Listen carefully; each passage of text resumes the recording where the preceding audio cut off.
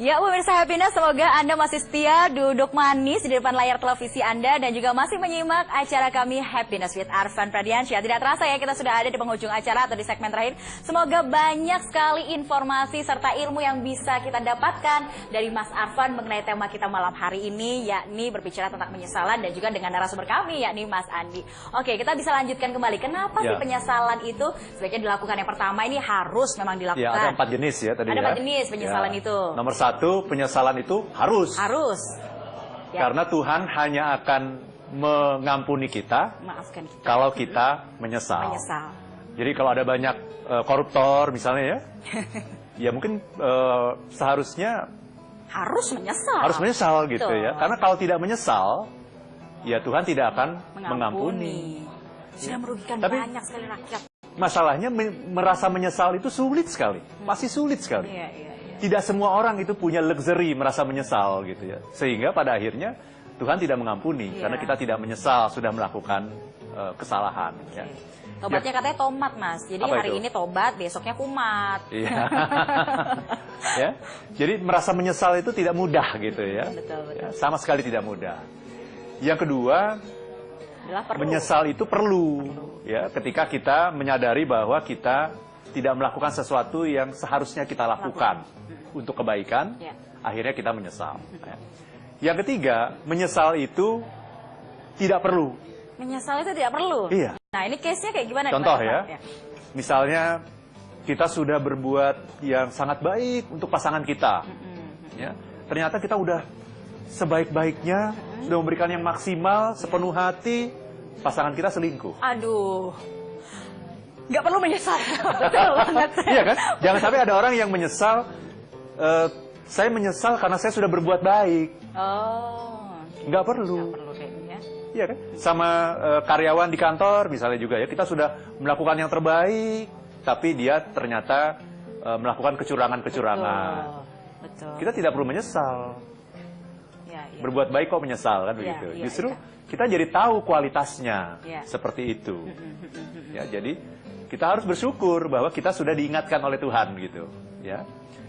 Nah, yang keempat, jenis penyesalan yang keempat adalah menyesal itu tidak boleh.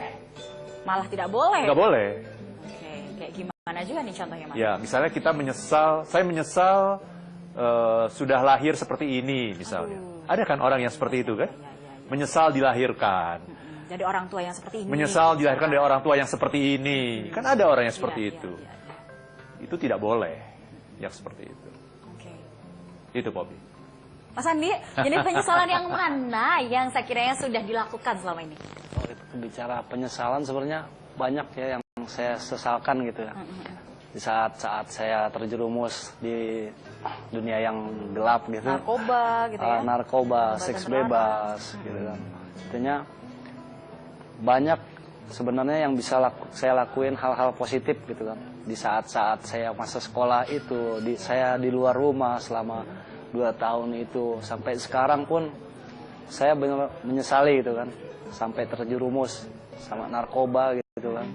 Mungkin kalau saat itu saya tidak melakukan, lebih banyak lagi hal-hal positif yang saya lakukan. Gitu. Jadi memang benar-benar harus dilakukan nih penyesalannya. Ya, jadi selama ini setelah harus dilakukan ya sebenarnya ya. Jadi pertama adalah mohon ampun juga ya, sama Allah juga, kemudian sama mungkin orang tua, sama keluarga segala macam. Banyak kesalahan saya yang saya lakukan ya, sampai sekarang saya masih menyesali apa orang tua saya yang almarhum gitu kan.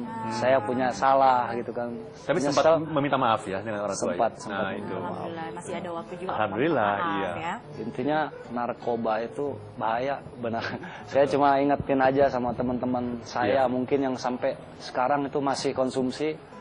Saya cuma bisa bilang udah tinggalin gitu. Betul. Kurangi, terus kalau bisa ditinggali. Saya pun sebenarnya belum steril banget gitu, masih proses pemulihan juga ya. Ternyata juga masih harus ada usaha juga ya. Justru di saat proses ini memang godaannya tuh lebih banyak. Oh begitu ya, iya, malah ya? Betul.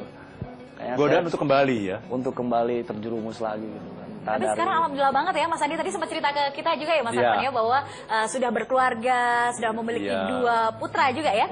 Menjadi guru biola. Guru biola juga. Ternyata ini setelah penyesalan itu dilakukan, ternyata banyak sekali hal-hal yang mungkin boleh dikatakan sebagai sebuah keindahan, keajaiban ataupun hadiah dari Allah juga untuk kehidupannya Mas Andi. Seperti itu ya Mas Andi ya?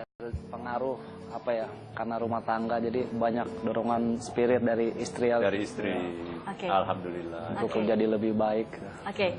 Poin terakhir ataupun kesan terakhir yang ingin Mas Andi sampaikan kepada sahabat motivator malam hari ini seperti apa? Simple aja, say no to drugs. Say no to drugs, karena sekali lagi drugs itu sama sekali tidak ada manfaatnya, akan menghancurkan masa-masa hidup kita. Membunuh kita. Dan sekarang kegiatannya sudah back to normal, malah sekarang jadi musisi, jadi guru biola kan Pak? Ya, itu memang niat saya gitu untuk ninggalin yang lama gitu. Saya coba hal yang positif dan ternyata dikasih jalan sama Tuhan. Dan tentu saja menjadi suami yang baik dan juga sebagai ayah yang baik untuk putri-putrinya yang cantik ya. Mas Andi sekali lagi terima kasih.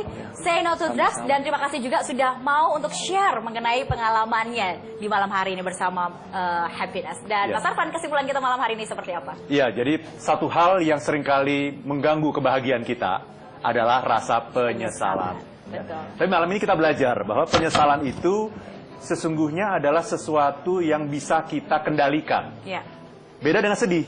Kalau sedih itu sangat tergantung dari faktor luar. Tapi kalau penyesalan itu selalu tunjuknya ke dalam. Jadi kalau begitu penyesalan itu sebetulnya bisa kita tanggulangi, bisa kita minimalisasi kalau kita selalu melakukan yang baik, melakukan sesuatu dengan maksimal, berani melakukan sesuatu. Dan ketika kita melakukan sesuatu selalu mempertimbangkan pikiran di atas emosi. Jangan emosinya dulu ya. Jangan emosinya dulu. Dengan demikian kita bisa menghindari penyesalan. Karena penyesalan itu jauh lebih sakit daripada kesedihan. Yang akan hilang dengan berjalannya waktu, yang namanya kesedihan itu. Tapi penyesalan itu akan terus terbawa ke depan. Kecuali kalau kita mau bertaubat. Nah, ketika kita bertobat, maka kita menghapus masa lalu kita menuju masa depan yang lebih baik. Tapi bertobat itu tidak mudah. Karena tobat itu, langkah pertama dari bertobat itu adalah harus menyesal terlebih dahulu. Itu tantangannya. For the better future ya, Mas Arfan ya. Mas Arfan, terima kasih banyak sudah hadir pada malam hari ini. Banyak sekali ilmu yang bisa kita dapatkan dan semoga juga menambah manfaat juga untuk pemirsa Happiness yang ada di rumah. Baik pemirsa, tidak terasa sudah 1 jam kebersamaan kita. Terima kasih juga atas partisipasi Anda melalui telepon, Facebook dan juga Twitter kami. Dan kami mohon maaf tidak semua bisa kami jawab. Namun bagi Anda yang ingin berbagi cerita serta juga ingin melontarkan pertanyaan, boleh silahkan kirim ke akun Twitter kami di @happinessarfan dan Facebook di Happiness with Arfan. Terima kasih atas kebersamaan Anda malam hari ini. Saya Poppy Putri, Mas Arfan Pradiansyah. Happiness with Arfan Pradiansyah akan segera hadir kembali menjumpai Anda minggu depan ya di jam yang sama. Waktunya kami undur diri. Terima kasih atas kebersamaan Anda. Salam Happiness with Arfan Pradiansyah. If you want to be happy, happy.